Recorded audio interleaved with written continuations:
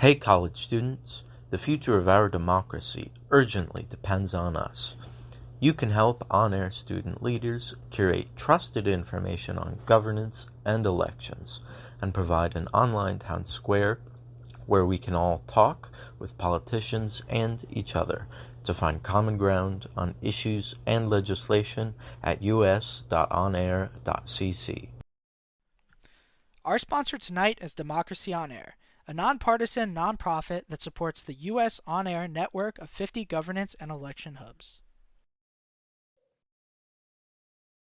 Good evening. My name is Connor Oatman, and I will be your host for tonight's U.S. On Air Aircast that will focus on the proposed Electoral Count Reform Act and the related January 6th committee hearings.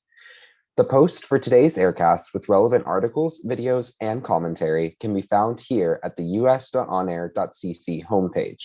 For live stream viewers who would like to ask our guests a question or make a comment, please select the discussion icon. To start, here is a 1-minute Learn About video featuring on the Electoral Reform Act.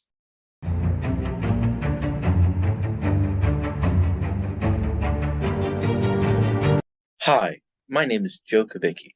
This 1-minute Learn About video is going to focus on the bipartisan Electoral Count Act reform that is in the Senate. As it stands, the Electoral Count Act says that only one House and one Senate member must object to a slate of votes to invalidate them. The proposed changes increase that threshold to a minimum 20% of each chamber must object to invalidate a slate of votes. As it stands, the Electoral Count Act also says that the Vice President announces the final count, but it does not specify what the Vice President's real role is. The proposed changes clarify that the Vice President's role is purely ceremonial. This bill will help codify the peaceful transfer of power in this country and is important for our future. I hope we all can support it. Go to us.onair.cc and click here to learn more.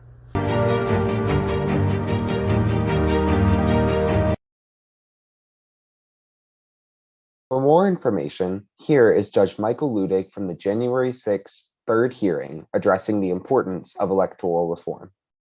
The plan was to overturn the election through the exploitation of what I've called the institutions of democracy and the instruments and instrumentalities of our democracy. And we know now there's no question about it. They knew exactly what they were doing, and they believed. To help us understand more about the proposed Electoral Reform Act, we have invited Jim Lillard. Jim Lillard is the director of Democracy on Air. Thank you for being here with us, Jim.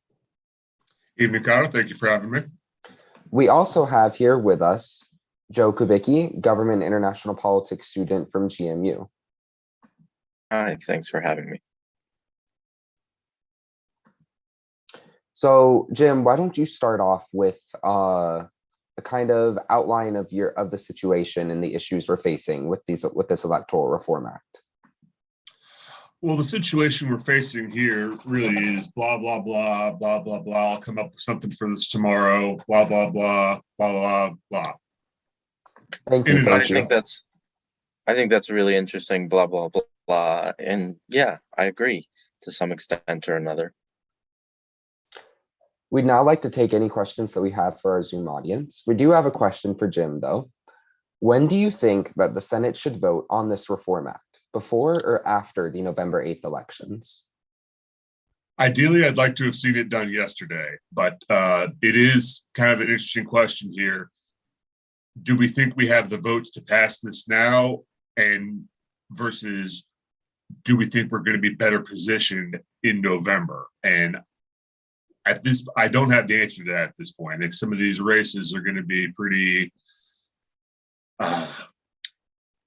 they're going to be pretty tight. I mean, there's a lot of work that needs to be done. This is something that needs to be done. Do we think we can if we try and push through with it now, is it going to pass?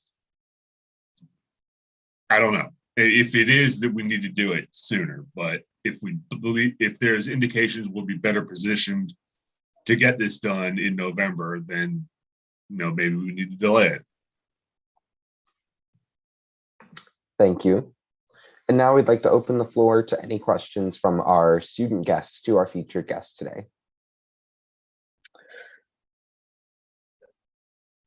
I don't think I have any questions for today's Aircast. Maybe tomorrow's. There we go. All right, thank you very much. And that is all, folks, for this evening's Aircast. I would like to thank all of our participants for all of your great comments, and thank you to our live stream audience for watching and for your questions.